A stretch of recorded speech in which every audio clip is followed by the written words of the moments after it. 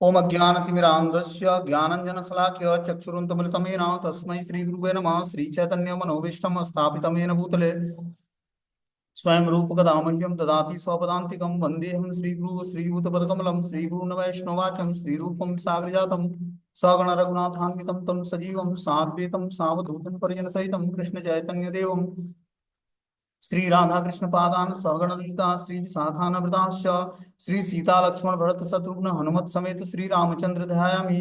ओम सदा श्रवण मात्रेण पापिनां सद्गति प्रदे वाल्मीकि गिरि संभूता राम सागर गामिने पुनाति भुवनत पुण्यम रामायणं महानदी श्लोक सार समाकीर्णं सर्ग कल्लोल संकुलम कांडग्राह महामीनं वंदे रामायणानुम पूजितं राम रामेति मधुरं मधुराक्षरं आरुह्य कविता शाखा वंदे वाल्मीकि कोकिलं यः पिबन्त सततं रामचरितामृतसागरम् अतृप्तस्य मुनिवन्दे प्राचितं संकल्मषां मनोजवं मारुततुल्यवेगं जितेन्द्रियं बुद्धिमतां वरिष्ठं वातात्मजो वानरयुक्तमुख्यं श्रीरामदूतं शिरसा नमामि।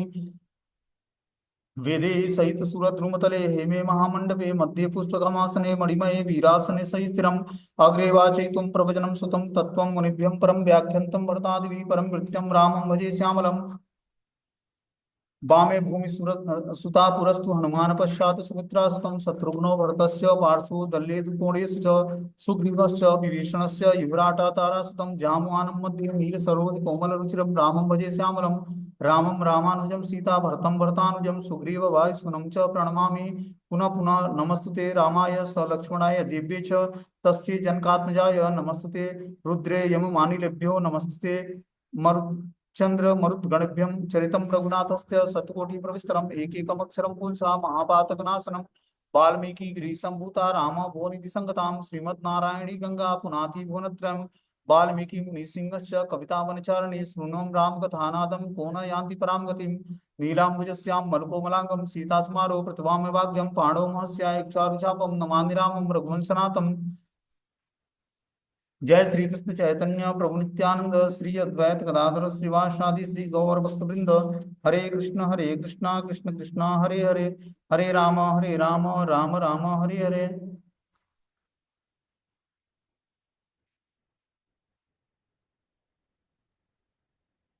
इसमें आज हम लोग को अयोध्या कांड का आज तीसरा दिन है।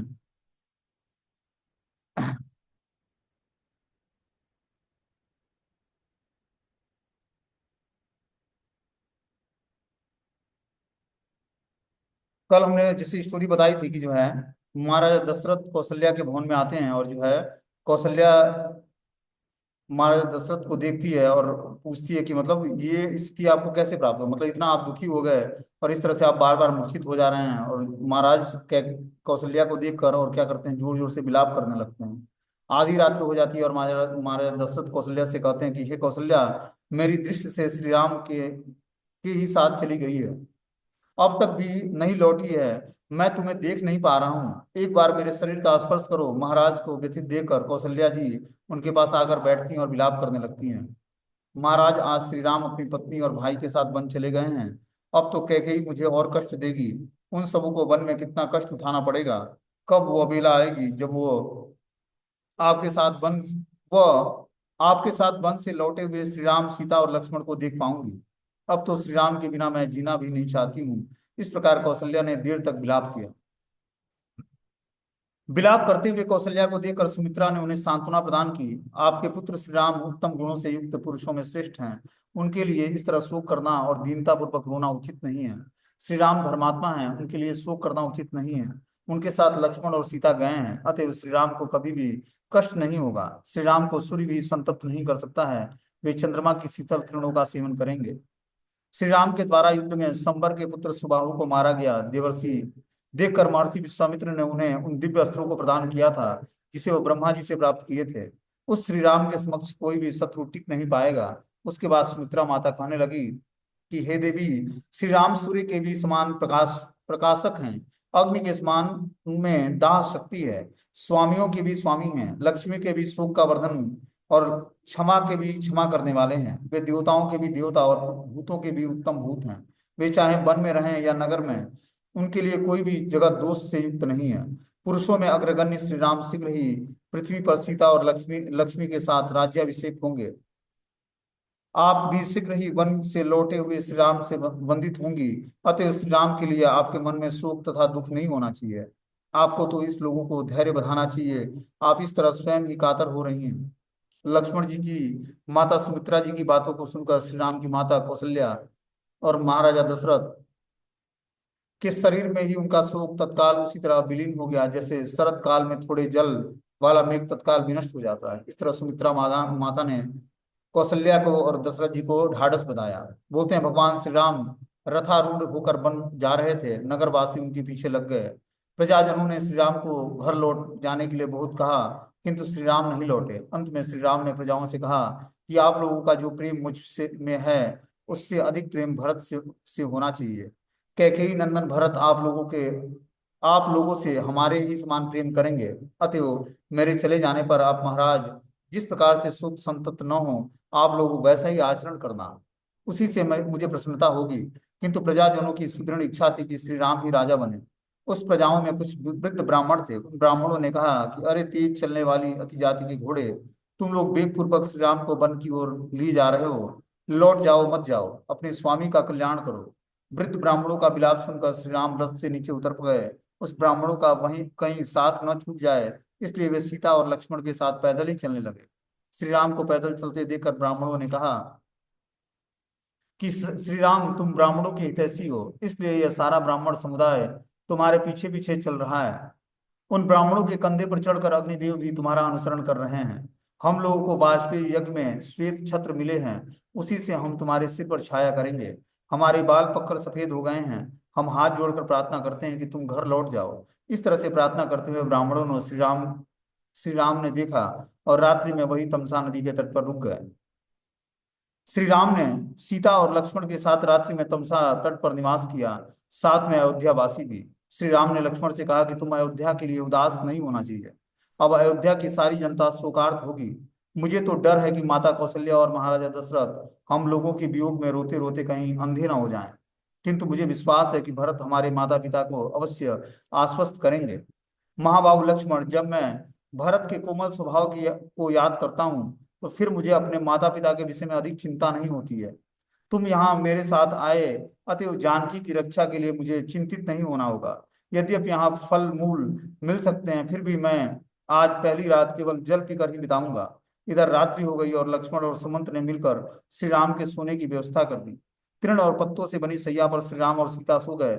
श्री राम के सोए जाने पर लक्ष्मण और सुमंत ने श्री राम के गुणों की चर्चा करते हुए रात्रि बिताई। नगरवासियों को सोया देखकर श्री राम ने लक्ष्मण से कहा कि ये सभी लोग हमारे स्नेह के कारण यहाँ तक आए हैं।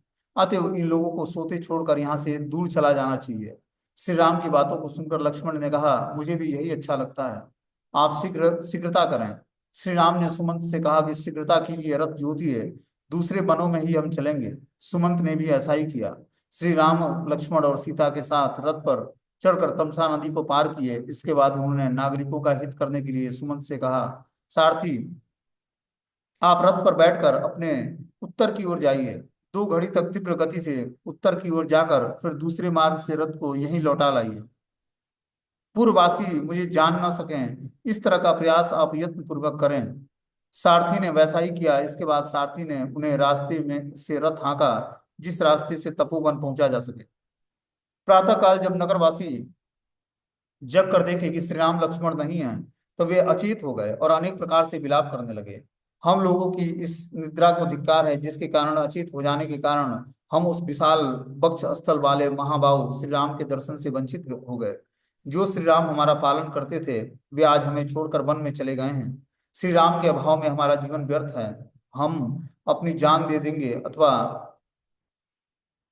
चिता बनाकर उसमें प्रवेश कर जाएंगे। यहाँ से लौटकर हम लोग को यही यही बतलाएंगे कि श्री राम को हम लोग ने वन में पहुंचा दिया है। श्री राम के बिना लौटे हुए हम लोगों को देखकर निश्चित रूप से अयोध्या नगरी उदास हो जाएगी। फिर मार्ग पर रथ की लीक देखकर सबके सब कुछ दूर तक गए, किंतु क्षण भर में रथ का चिन्ह न मिलने के कारण वे शोक में डूब गए और रथ के चिन्ह के अनुसार ही लौट आए। इसके बाद वे सबके सब जिस तरह से अयोध्या में से गए थे, उसी मार्ग से अयोध्या लौट आए थे। किंतु श्री राम से रहित अयोध्या नगरी दीन लगती थी। वहां के सब लोग दुखी थे। सब लोग लौटकर केवल आंसू बहा रहे थे। नगर की नारियां भी श्री राम के लिए शोक से संतप्त थी। किसी ने अपनी न तो दुकानें खोली, न किसी के घर उस रात्रि भोजन बना। सभी घरों की नारियां कैकेयी की निंदा कर रही थी। जिसने राज्य वैभव के लिए अपने पुत्र और पति का त्याग कर दिया हो, वह कैकेयी किसका परित्याग नहीं कर सकती है। यह कुल कलंकिनी है। हम अपने पुत्र की शपथ खाकर कहते हैं कि कैकेयी जब तक जीवित रहेगी, तब तक हम लोग जीते जी उसके राज्य में कभी नहीं रहेंगे। जिसने अपने पुत्र को राज्य से निकाल दिया, उसके राज्य में कोई कैसे सुखपूर्वक रह सकता है। इस तरह से घर घर में नारियों ने श्री राम के वियोग में विलाप किया। अपने पिता की आज्ञा में तत्पर श्री राम थक कर रथ पर चढ़कर रात्रि में ही बहुत दूर चले गए। प्रातःकाल होने पर उन्होंने संध्या वंदन किया। मार्ग में जो ग्राम पड़ते थे, वहां के लोग आपस में बातें करते हुए कह रहे थे कि काम के वश में पड़े हुए महाराजा दशरथ को धिक्कार है। हाय पापिनी कैकेयी, पाप कर्मों को करते हुए तथा धर्म की मर्यादा का परित्याग करने वाली है। उसमें दया बिल्कुल लेस मात्र भी नहीं है। क्रूरा व अब क्रूर कर्मों में ही लगी रहती है। जिसने महाराज के धार्मिक, दयालु और जितेंद्रिय पुत्र श्री राम को वनवास दिया है, सदा सुख में ही पलने वाले सीता इस तरह से वन के कष्टों को बर्दाश्त करेगी। ग्रामवासी लोगों की इस तरह की बातें सुनकर श्री राम वेद श्रुति नामक नदी को पार करके दक्षिण दिशा की ओर चले गए। इसके बाद श्री राम ने सुमंत्र से कहा कि मैं अब पुनः कब लौटकर अपने माता पिता से भेंट करूंगा तथा सरयू नदी के तटवर्ती विकसित पुष्पों वाले वन में आखेट करूंगा। कौशल प्रदेश की मनोहर सीमा को पार करके श्री राम ने अयोध्या की ओर मुंह करके तथा हाथ जोड़कर कहा कि कुकुत्स वंशी राजाओं से परिपालित अयोध्या नगरी तथा जो जो देवता तुम्हारे भीतर निवास करते हुए तुम्हारा पालन करते हैं, उन सबको मैं वन में जाने की आज्ञा मांगता हूँ। वनवास की अवधि पूरी होने पर तथा महाराज के ऋण ऋण से ऋण होकर मैं पुनः आप सबों का दर्शन करूंगा तथा अपने माता पिता से भी मिलूंगा। इसके पश्चात श्री राम ने अपनी भुजा उठाकर जनपद के लोगों से कहा कि आप लोगों ने मेरे ऊपर बड़ी कृपा की तथा यथोचित दया भी दिखाई है। मेरे लिए आप लोगों ने बहुत देर तक दुख में पड़े रहना अच्छा नहीं है। इसलिए अब आप लोग अपना अपना कार्य देखिए। श्री राम की बातों को सुनकर वे सब लोग अतृप्त नेत्रों से श्री राम को देखते हुए लौट जाते थे और श्री राम भी उनकी ओर देखकर उनकी आंखों से उजल हो जाते थे। इसके पश्चात श्री राम ने त्रिपदगा नदी गंगा का दर्शन किया। गंगा के तटों में देवताओं और गंधर्वों का निवास था। गंगा का वेग प्रखर था, जल गंभीर था। अनेक प्रकार के पक्षी गंगा के तट पर निवास करते थे। गंगा तट पर वन में अनेक प्रकार के फल और पुष्प विद्यमान थे। इस तरह श्रृंगेर वेरपुर में आकर श्री राम ने सुमंत से कहा कि आज रात्रि हम लोग यहीं निवास करेंगे। यहीं इगुदी के वृक्ष के नीचे हम लोग निवास करेंगे। लक्ष्मण और सुमंत ने श्री राम की बातों का समर्थन किया। इसके बाद श्री राम, लक्ष्मण और सीता उस इगुदी वृक्ष के नीचे आए। श्रृंगेर वेरपुर में श्री रामचंद्र के मित्र गुह्य नामक राजा राज्य करता था। श्री राम को आए हुए सुनकर निषाद राज अपने वृद्ध पुरुषों के साथ उनसे मिलने आए। आते हुए गुहे को देखकर श्री राम और लक्ष्मण आगे आए। श्री राम को बलकल वस्त्र धारण किए देखकर गुहराज को बड़ा कष्ट हुआ। उन्होंने श्री रामचंद्र को हृदय से लगाकर कहा, हे श्री राम, आपके लिए जैसा अयोध्या का राज्य है, उसी प्रकार यह भी राज्य आपका ही है। मैं आपकी कौन सी सेवा करूं? आपके जैसे प्रिय अतिथि किसे सुलभ हैं। इसके पश्चात निषाद राज अनेक प्रकार का अन्न लेकर श्री राम की सेवा में उपस्थित हुआ और श्री राम से उसे स्वीकार करने के लिए कहा। श्री राम ने निषाद राज से कहा कि आपने मेरा बहुत बड़ी सेवा की है। आप यहाँ पैदल आए हैं। आपको निरोग देखकर मैं बहुत प्रसन्न हूँ। तुमने इन सामग्रियों को जो उपस्थित किया है, उन सबों से मैं स्वीकार करके उन्हें वापस ले जाने की आज्ञा देता हूँ, क्योंकि इस समय मैं दूसरों द्वारा दी गई किसी भी वस्तु का अपने उपयोग नहीं ले सकता। इस समय मैं तापस वेश में वन में विचरण करता हूँ। इस समय मुझे घोड़ों को खाने के लिए चारा चाहिए और कुछ नहीं। इतने से ही मेरा आपके द्वारा अच्छी तरह से सत्कार हो जाएगा। निषाद राज ने घोड़ों को खाने पीने की सारी व्यवस्था कर दी। इसके बाद श्री राम ने सायंकालीन संध्या की और भोजन के नाम पर उन्होंने लक्ष्मण के द्वारा लाया हुआ केवल जल पी लिया। इसके बाद श्री राम तृण की सैया बनाकर अपनी पत्नी के साथ भूमि पर सोने लगे। लक्ष्मण ने सपत्नी श्री राम का पैर धोया और दूसरे वृक्ष के नीचे आकर बैठ गए। रात्रि में भी निषाद राज, सुमंत और लक्ष्मण श्री राम के विषय में विभिन्न प्रकार की बातें करते रहे। श्री लक्ष्मण अपने भाई के लिए रात्रि भर जगे रहे। उन्हें देखकर निषाद राज ने कहा, हे राजकुमार, आपके लिए मैंने यह सुखद शैया तैयार की है, इस पर सोकर आप अच्छी तरह विश्राम कर लें। श्री राम की रक्षा करने के लिए हम रात्रि में जग रहे हैं। श्री राम से बढ़कर मेरे लिए संसार में दूसरा कोई प्रिय नहीं है। अतएव मैं अपने बंधु बांधवों के साथ हाथ में धनुष लेकर सीता के साथ सोए हुए प्रिय मित्र श्री राम की हर प्रकार से रक्षा करूंगा। सदा वन में ही रहने के कारण यहाँ की सारी बातों को हम जानते हैं। निषाद राज की बातों को सुनकर श्री लक्ष्मण ने कहा, आप हम लोगों की रक्षा करते हैं, फिर भी जब दशरथ नंदन श्री राम सीता जी के साथ भूमि पर सो रहे हों, उस समय मुझे नींद आना या सुख भोगना कुछ भी कैसे संभव हो सकता है। इन इन श्री राम के वन में आ जाने के कारण महाराज बहुत दिनों तक नहीं जी सकते हैं। मेरी माता कौशल्या और महाराजा दशरथ आज की रात जिएंगे कि नहीं, यह मैं नहीं कह सकता हूँ। शत्रुघ्न को देखकर मेरी माता तो जी जी भी जाएगी, किंतु महाराज तथा कौशल्या अम्बा कैसे जीवन धारण करेंगे। इस तरह लक्ष्मण के विलाप करते हुए पूरी रात बीत गई। प्रातः काल होने पर श्री राम ने लक्ष्मण से कहा कि रात बीत गई है, कोयल और मयूर बोल रहे हैं, अब हम लोगों को गंगा पार करना चाहिए। लक्ष्मण जी ने श्री राम के अभिप्राय को जानकर गंगा पार जाने की व्यवस्था करने के लिए निषाद राज से कहा। निषाद राज ने मंत्रियों को एक सुंदर और सुदृढ़ नाव लाने का आदेश दिया। जब नाव आ गई तो निषाद भुज ने हाथ जोड़कर श्री राम से कहा, देवपुत्र के समान तेजस्वी श्री राम, आपको गंगा नदी पार करने के लिए यह नाव उपस्थित है। अब आप इस पर शीघ्र ही आरूढ़ होइए। निषाद राज की बातों को सुनकर श्री राम और लक्ष्मण समस्त आयुधों को धारण करके सीता जी के साथ गंगा जी के तट पर आए। इसके पश्चात सुमंत्र श्री राम के समक्ष हाथ जोड़कर पूछे कि मैं क्या करूं। तो श्री राम ने कहा, आप शीघ्र मेरे पिताजी के पास चले जाइए। सुमंत ने कहा, श्री राम जिसकी प्रेरणा से आपको अपनी पत्नी और भाई के साथ वन में आना पड़ा है, उस देव का आज तक लोक में कोई भी अतिक्रमण नहीं कर सकता है। श्री राम आप पत्नी और भाई के साथ वन में रहकर महान यश प्राप्त करेंगे। इसके बाद सुमंत करुण विलाप करने लगे। श्री राम ने उन्हें महाराज के पास जाने को कहा। इसके बाद उन्होंने महाराज को अपना संदेश भेजा, भरत के लिए भी संदेश भेजा।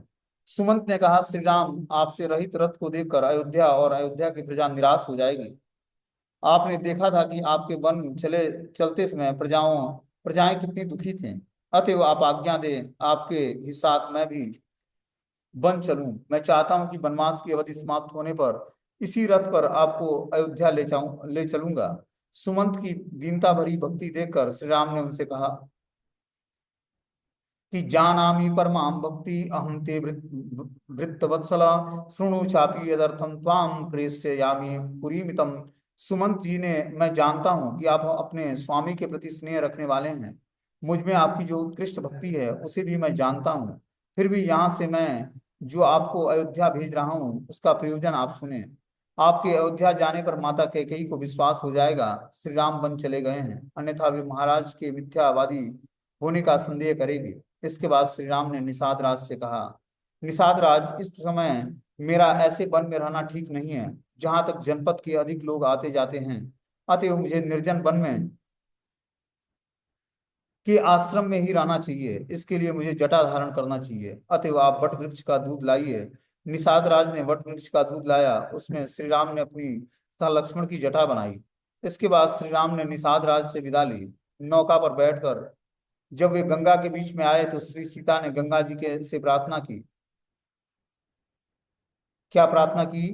पुत्रो दशरथस्यास्यं महाराजस्य धीमतं निर्देशं पालयत्वेन गंगे त्वदविरक्षितं चतुर्दशं हि वर्षाणि समग्रायुष्य कानने भ्रात्रा स मया चैव पुनः प्रत्यागमिष्यति तस्त्वां देवी सुभंगे क्षेमेण पुनरागतं यक्षमे प्रमुदितां गंगा सर्वकाम समृद्धिने।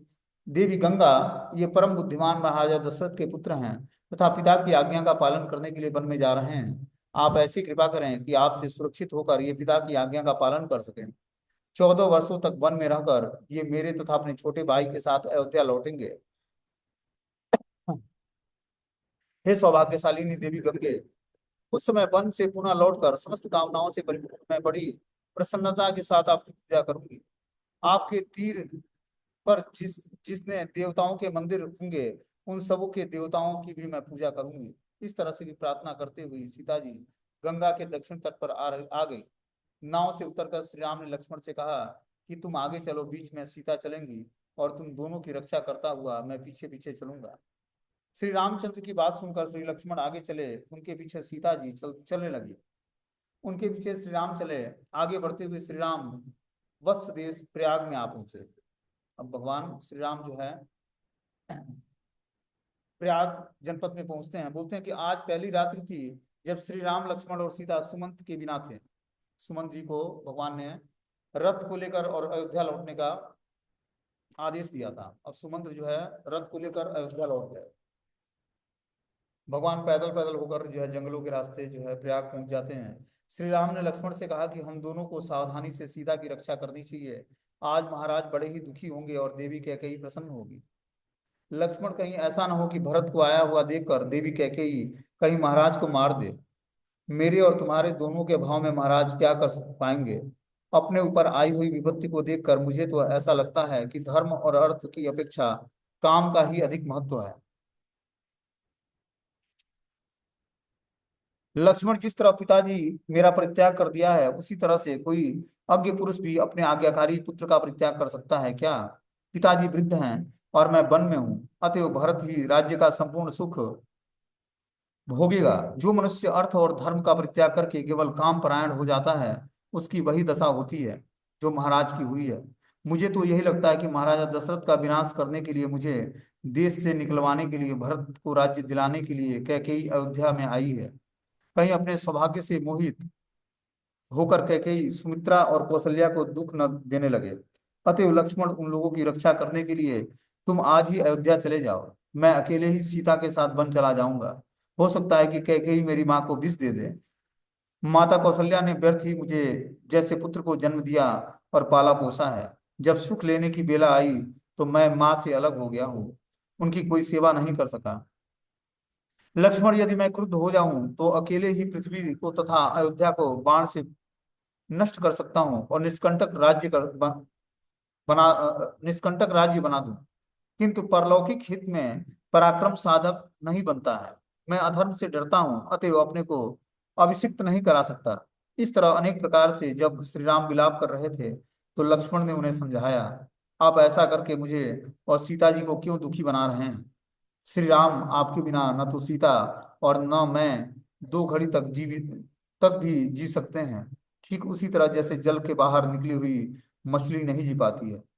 आपके बिना मैं किसी को भी नहीं देखना चाहता हूँ, आप ही मेरे सर्वस्व हैं। इसके पश्चात लक्ष्मण के द्वारा निर्मित सुंदर सुंदर पत्तों की सैया पर श्री राम और सीता शयन करने लगते हैं। श्री लक्ष्मण की उत्तम बातों को सुनकर श्री राम ने कहा कि तुम वनवास काल पर्यंत मेरे साथ रहो। वत्स देश से चलकर श्री राम प्रयाग के सन्निकट आए। उस दिन समाप्त सा हो रहा था। भगवान श्री राम ने कहा कि प्रयाग के सन्निकट उत्तम अग्नि का धुआं उठ रहा है। अतएव लग रहा है कि हम लोग महर्षि भरद्वाज के आश्रम में के सन्निकट आ पहुंचे हैं। यहीं पर गंगा और यमुना, इन दो नदियों का संगम है। इसके बाद श्री राम और लक्ष्मण सीता के साथ भरद्वाज महर्षि के आश्रम में पधार कर कुछ दूर पर ही खड़े रहे और शिष्यों से महर्षि को सूचना देकर अनुमति प्राप्त करके पर्णशाला में प्रवेश किया। इस तरह से प्रयाग में महर्षि भरद्वाज के आश्रम में सीता, लक्ष्मण और भगवान श्री राम पहुंचते हैं। अग्निहोत्र करके उठे हुए महर्षि को देखकर श्री सीता, लक्ष्मण और श्री राम ने हाथ जोड़कर उन्हें प्रणाम किया। श्री राम ने अपने वन में आने का सारा वृतांत महर्षि को कह सुनाया।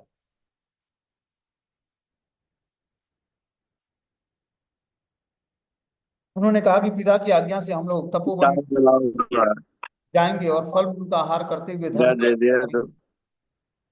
श्री राम की बातों को सुनकर महर्षि ने श्री राम का आतिथ्य सत्कार किया और उन्हें वन मूल फल प्रदान किया। फिर रहने की व्यवस्था की और महर्षि भरद्वाज ने फिर राम, लक्ष्मण और सीता को रहने की व्यवस्था की अपने आश्रम में। इसके पश्चात मुनि मंडली के बीच विद्यमान महर्षि की आज्ञा पाकर श्री राम आसन पर विराजे तो महर्षि भरद्वाज ने कहा, श्री राम, मैं तुम्हारे आने की देर से प्रतीक्षा कर रहा था। मैं यह सब सुन चुका था कि तुम्हें बिना किसी कारण के घर से निकाल दिया गया है। इस गंगा और यमुना नामक दोनों नदियों के बीच में विद्यमान स्थान पवित्र और मनोरम है। आप यहाँ सुखपूर्वक निवास करें। महर्षि भरद्वाज की बातों को सुनकर श्री राम ने कहा, हे महर्षि, यहाँ नगर के लोग मुझे और सीता को देखने के लिए आएंगे, इसलिए आश्रम में बाधा होगी। मैं एकांत में रहना चाहता हूँ जहाँ पर सीता का मन लगे।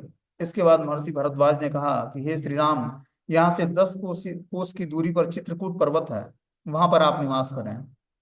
मनुष्य जब चित्रकूट पर्वत के शिखरों का दर्शन कर लेता है तब वो केवल पुण्य कर्मों को ही करता है। उसे कभी भी पाप कर्म में प्रवृत्त होना नहीं पड़ता है।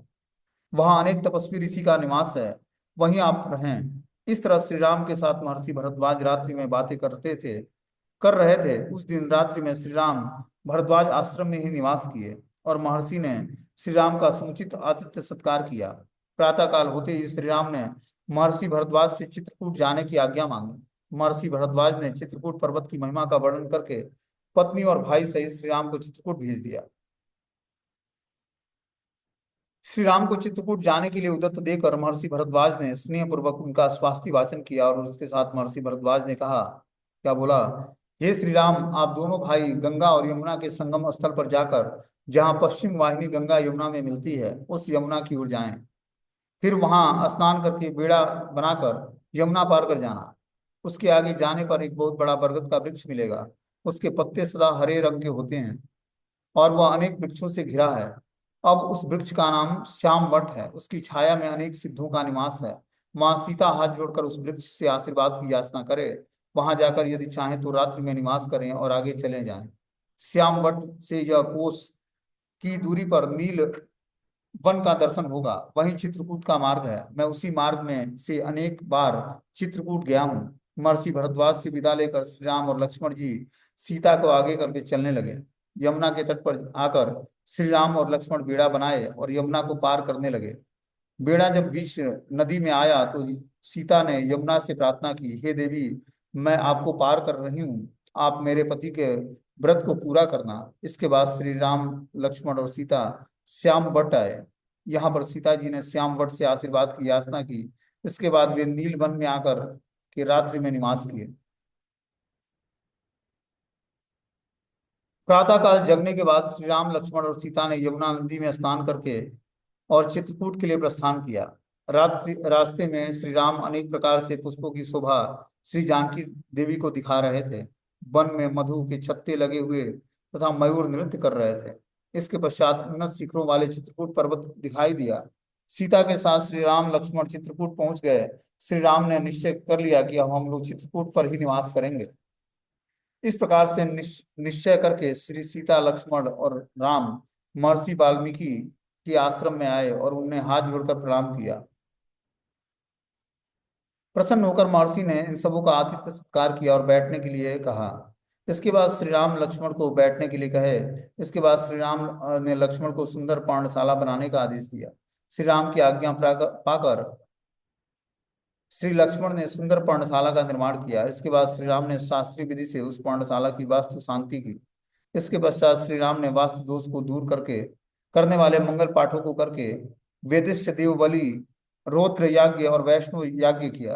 फिर जप करके उन्होंने नदी में स्नान किया और पंच सूना पापों को दूर करने के लिए शांति किया। इसके पश्चात सीताराम और लक्ष्मण उस पर्णशाला में निवास करने के लिए प्रवेश किए। सीताराम और लक्ष्मण उस नदी और पर्वत के सन्निकट में रहकर अपने सारे कष्टों को भूल गए। श्री राम के गंगा पार कर जाने के पश्चात निषाद राज दुखी सुमंत को अपने घर लाए। उधर निषाद राज के गुप्तचरों ने श्री राम से भरद्वाज आश्रम गमन तथा चित्रकूट पहुंचकर आश्रम बनाने तक का सारा समाचार उन्हें बताया। इसके बाद निषाद राज से आज्ञा लेकर सुमंत्र रथ सहित अयोध्या आए। उन्होंने देखा कि पूरी अयोध्या दुखी है। सुमंत ने जब अयोध्या में प्रवेश किया तो सुमंत को देखकर सैकड़ों हजारों पूर्ववासी दौड़ कर आए और वे सुमंत से यही पूछते कि श्री राम कहाँ हैं। सुमंत ने बताया कि हमसे विदा लेकर श्री राम और लक्ष्मण और सीता गंगा पार करके चले गए। यह सुनते ही सब लोग चिल्ला चिल्ला कर विलाप करने लगे। नगर की सारी नारियां श्री राम के वियोग में विलाप कर रही थी। उसके पश्चात सुमंत्र रथ लेकर उसी ओर गए जहां पर महाराजा दशरथ थे। इसके पश्चात सुमंत ने महाराजा दशरथ की पत्नियों का आर्तनाद सुना। महाराजा दशरथ की पत्नियां कह रही थी कि हे सारथी सुमंत्र, श्री राम के साथ यहाँ से गए थे और श्री राम के बिना ही लौट आए हो। रोती हुई राम की माता को ये क्या उत्तर देंगे। इस तरह से बातें सुनते हुए सुमंत्र महाराजा दशरथ के भवन में प्रवेश करते हैं। बैठे हुए महाराज के पास जाकर सुमंत्र ने उन्हें प्रणाम किया। महाराज दशरथ सुमंत्र को देखते ही बेहोश होकर गिर पड़े। जो सुमित्रा और कौशल्या ने उन्हें उठाया, और कौशल्या ने कहा, आए हुए सुमंत्र से आप बात करें। महाराज, आप जिस कैकेयी के भय से सारथी से राम के बारे में बातें नहीं कर रहे थे, वह कैकेयी यहाँ नहीं है। विश्वास पूर्वक उनसे बातें करें। यह कहकर कौशल्या भी मूर्छित होकर गिर पड़ी। होश में आने पर महाराज ने सुमंत्र को बुलाया और श्री राम और लक्ष्मण का उनसे वृतांत पूछा। महाराज ने देखा कि सुमंत्र की आंखों में आंसू की धारा बह रही है, सारा शरीर धूल से भरा हुआ है। महाराजा दशरथ ने पूछा कि सूत, धर्मात्मा श्री राम वृक्ष की जड़ का संहार सहारा करके कहाँ निवास करेंगे? जो अत्यंत सुख में पले हैं, वे राम वहां क्या खाएंगे? वे अनाथ की तरह पृथ्वी पर कैसे सोएंगे? राम ने मेरे लिए क्या कहा है, सीता ने क्या कहा था, लक्ष्मण ने क्या कहा? महाराजा दशरथ की बातें सुनकर सुमंत्र ने कहा कि हे महाराज, श्री राम ने हाथ जोड़कर कहा है कि सबों से मेरा निरुज्जय कहना। उन्होंने कहा कि माता कौशल्या से विशेष रूप से मेरा संदेश कहना कि मां निरंतर धर्म में तत्पर रहकर यथा समय अग्निहोत्र इत्यादि कर्म करना। देवी महाराज दशरथ को देवता के समान मानकर उनके चरणों की सेवा करना। माँ भरत से राजा के समान बर्ताव करना। श्री राम ने मुझसे कहा है कि भरत से मेरा यह संदेश कहना कि कुमार युवराज पद पर अभिषिक्त हो जाने के बाद भी तुम राज सिंहासनासीन पिताजी की सेवा करते रहना। महाराज बहुत बूढ़े हो गए हैं, ऐसा समझकर महाराज का कभी विरोध नहीं करना। युवराज पद पर ही प्रतिष्ठित रहकर उनकी आज्ञा का पालन करते हुए जीवन निर्वाह करना। यह कहते कहते श्री राम की आंखों में आंसू बहने लगे। इसके पश्चात लक्ष्मण ने क्रुद्ध होकर मुझसे कहा कि सुमंत्र जी, श्री राम को किस अपराध के कारण राज्य से निकाला गया है? चाहे जो कुछ हो सुमंत्र जी, मैं तो समझता हूँ कि बुद्धि की कमी के कारण उचित अनुचित का विचार किए बिना ही यह श्री राम के वनवास रूपी शास्त्र विरुद्ध कार्य आरंभ किया गया है। यह अवश्य ही निंदा एवं दुख का कारण बनेगा। इस समय मुझे तो महाराज में पिता का भाव भी नहीं दिखाई देता है। अब तो श्री राम ही मेरे भाई, स्वामी, बंधु और पिता हैं।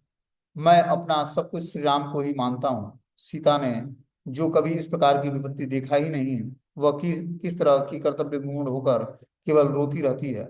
श्री राम का मुख देखती रही, उन्होंने कुछ भी नहीं कहा। महाराज, जब श्री राम वन की ओर चल पड़े तो मैंने केवल हाथ जोड़कर उन्हें प्रणाम किया। मैं कुछ बोल न सका।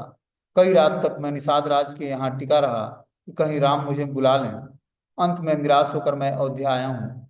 घोड़े की आंखों में आंसू बह रहे हैं, उनमें चलने की शक्ति नहीं थी। आपके राज्य में तो चारों ओर शोक ही शोक है। वृक्ष मलिन हो गए हैं, नदियां, छोटे जलाशयों और सरोवरों के जल गर्म हो गए हैं, वनों और उपवनों के पत्ते सूख गए हैं, सरोवरों के कमल सूख गए हैं, अयोध्या के उद्यान सुनसान हो गए हैं।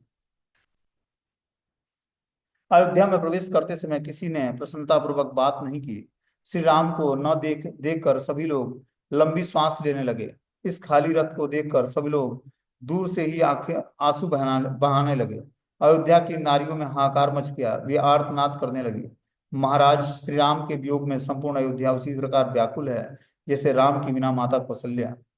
सुमंत्र की बातों को सुनकर महाराजा दशरथ ने कहा कि हे सूत, जो पापी वंश तथा पापी देश में उत्पन्न हुआ, जिसके विचार पाप से परिपूर्ण है, उस कैकेयी के कहने में आकर मैंने सलाह देने में कुशल वृद्ध पुरुषों के साथ बैठकर इस विषय में विचार भी नहीं किया।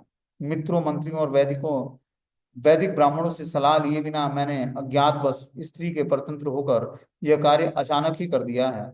सूत, जो कुछ हो गया सो हो गया। अब तुम शीघ्र ही श्री राम के पास मुझे पहुंचाओ। मेरे प्राण स्वरूप श्री राम को वन से लौटा लाओ। श्री राम यदि दूर चले गए हों तो रथ पर बैठाकर मुझे ही श्री राम के पास पहुंचा दो। श्री राम को देखे बिना मैं जी नहीं सकता हूँ। महाराजा दशरथ ने कौशल्या से कहा कि मैं श्री राम के शोक सागर में डूब रहा हूँ। मैं श्री राम, लक्ष्मण और सीता को देखना चाहता हूँ। यह कहते कहते महाराज दशरथ बेहोश होकर सैया पर गिर पड़े।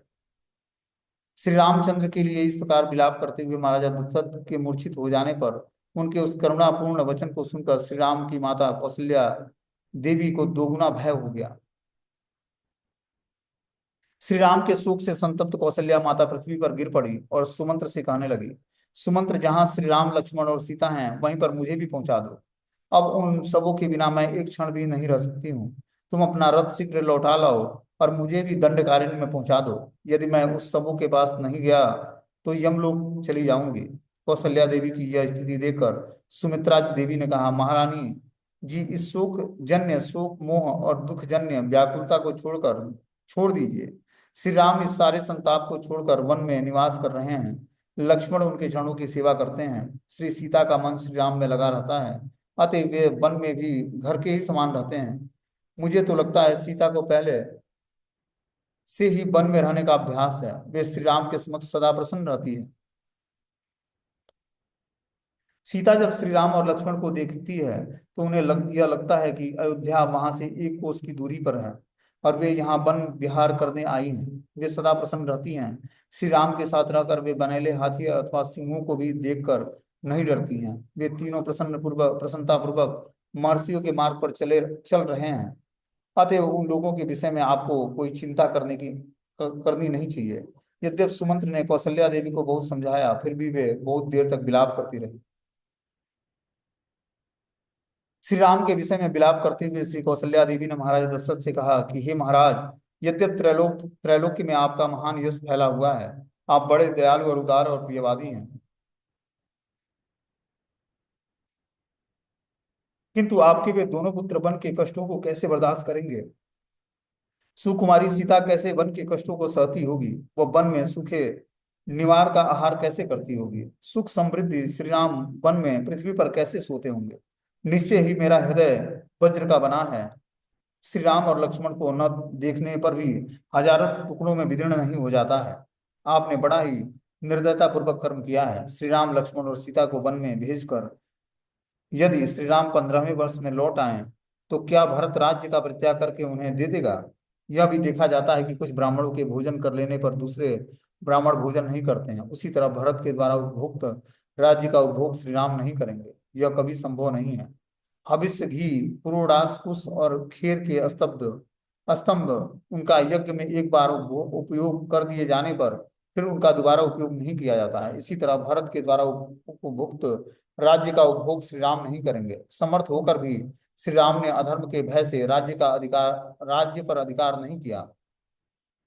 महाराज, स्त्रियों के लिए 3 आश्रय होते हैं। महाराज, नारी का पहला आश्रय उसका पति होता है, दूसरा आश्रय उसका पुत्र होता है, तीसरा आश्रय उसके बंधुजन होते हैं। नारी का चौथा कोई आश्रय नहीं होता है।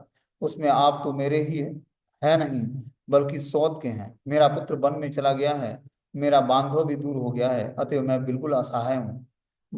महाराज, श्री राम को वनवास देकर राष्ट्र, नगर, नागरिक और मैं सबका विनाश आपने कर दिया है। इस तरह से श्री राम के विषय में कौशल्या की बात सुनकर महाराजा दशरथ फिर से मूर्छित हो जाते हैं। अब जो है महाराजा दशरथ का कौशल्या को मनाना, महाराजा दशरथ अब क्या करते हैं, कौशल्या को मनाने का प्रयास करते हैं। ठीक है ना, इसकी स्टोरी हम लोग कल सुनेंगे। मीटिंग एक क्लोज हो जाएगा।